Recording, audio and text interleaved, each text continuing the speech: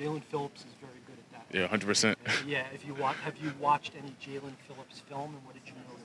Yeah, I've been watching Jaylen Phillips since he was in college. I knew him when I was in high school. He was in college, so I was watching him when he was at Miami, and he just played with an uncommon effort every single day. So it was just learning from him, watching him, getting tips from him on the sideline when I come back from being on the field.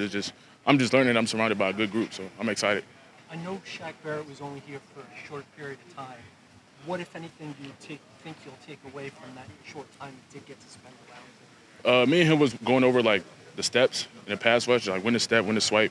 At the same time, there's different steps in the moves they're using. So I was just able to talk to him about that, get tips from him, and I added that to my game. So I'm just learning from a lot of great guys, and I'm just ready to build every single day.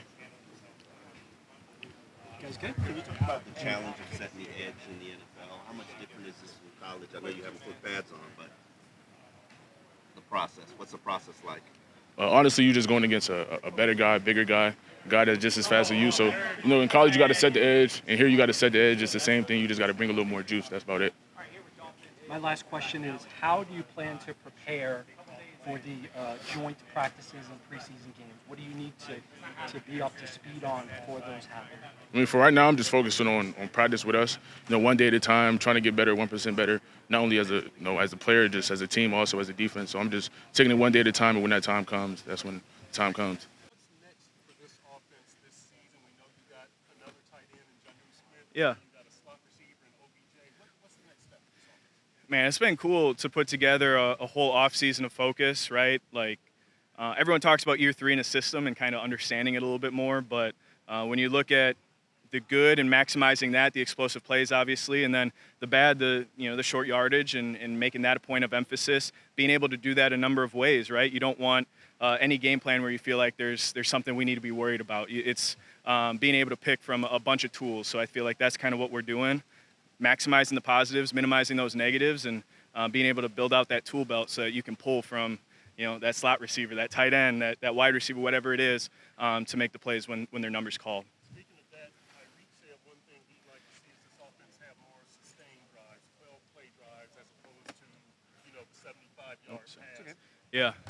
What is the purpose or the use of that 12-play Yeah. drive? What is that for an offense? I mean, it helps out the defense, right? It gives them a breather. I think that complementary football is massive, and if you have those 12-play drives, whether you're in the end zone or not at the end of it, there's some sort of like, oh man, offense got the ball again. Here we go again, right? And it's that type of mindset and mentality that you want to wear on a team, especially when we're at home, all the way in the fourth quarter. And it's like, man, we can get the ball in Ten's hand, and it can be a short little pass. He can take 80, or we can do it 10 times over again, and we're going to march all the way down the field. So having that optionality, I think, is going to be big for us. On the other side of the ball, Anthony Beaver's defense. Yeah. We know it's very diverse. We know Yeah. it's very exciting. What have you seen from it at this early stage? A lot of personality. I love it. It's a lot of fun. It's tough to go against these guys. They're using their hands great. The intensity is great.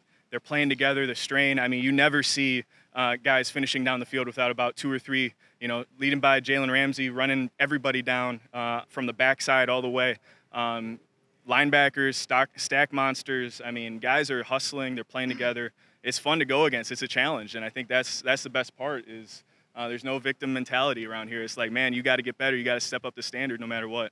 How do you support Tua as he's going through a pretty, public contract negotiation? Yeah, I mean, nothing changes. I know he hasn't changed a bit. Like, you couldn't tell he was going through what he's going through. He's the same guy in the locker room no matter what. He's still a leader. He's still around. He's still vocal. He hasn't kind of like gone into the shadows still, same old Tua. So that makes it easier too. And I can appreciate that because he is going through something that obviously I have no idea what it's like. Not a ton of us do. So the fact that we can count on him to be the same guy every day is kind of speaks wonders for who he is as a leader, and it's going to help the team in the long run. And Mike, talk about the extra snaps you get, and how does that help you develop? It's nice. I mean, you guys know how it is. Come season time, QB1 gets all reps as it should be because he needs to be ready to go. So it's nice to be able to throw to those guys and work with the 1-0 line and get those kind of reps. So I'm going to take advantage of it while I can, and at the same time, hope that Tua gets what he needs to do, get done, and come back and start hanging out with us. How the Alec Ingold touchdown developed? that you were on that throw? Oh yeah. I mean, Alec being Alec, doing things that I can't believe a fullback can do. I mean, making plays like that is just, I can't remember whose corner they were kind of baiting, trying to jump the out cut, so we kind of threw it behind him, and Alec made an unbelievable play. It was pretty cool to start the practice like that. That is the name of this offense, is trust. Like, I need to take the receivers trusting us to take our correct footwork, throw it on the correct timing in the correct spot to, one, not get them killed, and two, get the ball in the right space so they can carry it in the yak that Mike always talks about. And then it also goes to them too. We need to trust them that they're going to run the right route. They're going to cross face when we're expecting to cross face. And the countless reps you see Tua throw right at a guy that if you paused it, it looked, oh, that's for sure going to be a pick. And then there's Jaylen or there's Tyreek crossing face and catching it. So it's impressive by everyone involved, and it's so minute, and it's like they make it look so easy when, like, if you're around it, you know all the hard work that goes into it. You talked a lot last year about how tight that room is, Mhm. that quarterback room. On a personal level, on a friendship level, what do you say to Tua? Like, how do you help him through what he's going through right now?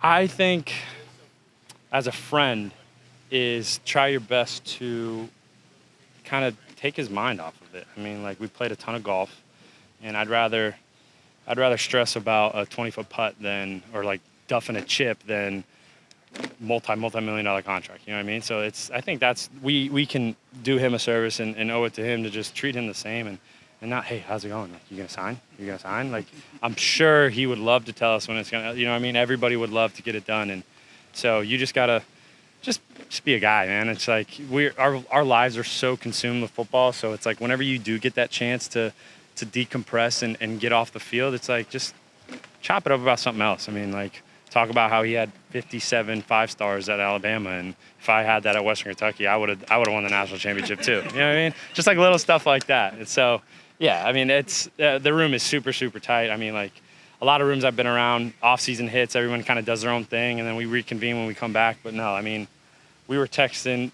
Shoot, the second day we all got home, we were texting. We were sending pictures of stuff, like sending jokes. Like, it was just, it's a really, really fun room to be around, and I'm lucky to be a part of it. You mentioned learning this. You mentioned learning the system being the biggest difference for you. How do you kind of expedite for yourself? Is it extra time on your own? Is it getting with veterans like Raheem Mostert? Extra time in the building? How do you acclimate to this? It's all like extra time in the building, extra time watching film. Watching Raheem plays. His big plays he made last year. And then just, just going out and doing it, walking through. Like, we do a lot of walkthroughs, being detailed, and everything I'm doing. So that's all that's helping.